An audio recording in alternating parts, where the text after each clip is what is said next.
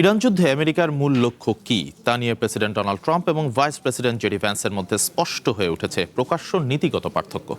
জ্বালানির দাম নিয়ন্ত্রণকে vice president ১ নম্বর অগ্রাধিকার হিসেবে দাবি করলেও সামাজিক গণমাধ্যমে তা খারিজ করে দিয়েছেন ট্রাম্প। তিনি স্পষ্ট জানিয়েছেন, ইরানের পরমাণু সক্ষমতা নস্যাৎ করাই তাদের প্রধান ও একমাত্র লক্ষ্য। ইরান যুদ্ধের উদ্দেশ্য ও অগ্রাধিকার নিয়ে ওয়াশিংটনের শীর্ষ নেতৃত্বেই তৈরি হয়েছে চরম বিভ্রান্তি।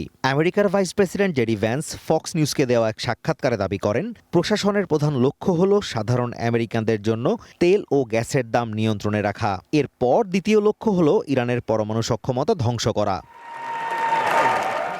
তবে ভাইস প্রেসিডেন্টের এই বক্তব্য প্রচারিত হওয়ার পরপরই তা সবার সামনেই প্রত্যাখ্যান করেছেন প্রেসিডেন্ট ডোনাল্ড ট্রাম্প। সামাজিক মাধ্যমে তিনি স্পষ্ট জানান, ইরান যেন কোনোভাবেই পরমাণু অস্ত্রের মালিক হতে না পারে, সেটি আমেরিকার ১ নম্বর লক্ষ্য ছিল এবং সবসময় থাকবে। এর আগেও ট্রাম্প স্পষ্ট করেছেন, নগদ নিয়ে এলো হার না মানা হার অফার।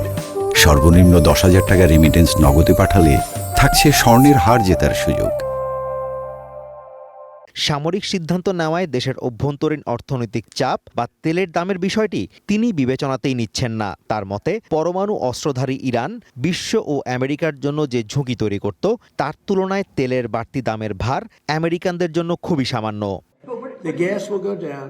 এদিকে ট্রাম্প ও ভ্যান্সের এই দ্বিমত ঢাকতে তড়িঘড়ি ব্যাখ্যা দিয়েছে white house. Press secretary Caroline Leavitt দাবি করেছেন, দুটি লক্ষ্যই প্রশাসনের কাছে সমান গুরুত্বপূর্ণ।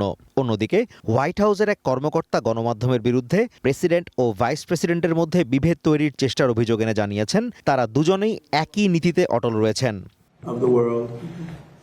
চলমান যুদ্ধের প্রভাবে বিশ্ববাজারে অস্থিরতায় আমেরিকাতেও তেলের গড় দাম গ্যালন প্রতি $৪ ছাড়িয়ে গেছে। রাজনৈতিকভাবে ডেমোক্রেটরা সমালোচনা করছেন ট্রাম্প প্রশাসনের। এরপরও অর্থনৈতিক চাপ উপেক্ষা করে ইরানের বিরুদ্ধে নিজের কঠোর অবস্থান থেকে যে ট্রাম্প সরছেন না, এই বিতর্ক তারই বড় প্রমাণ। Azimur Rashid Kanak, one international desk.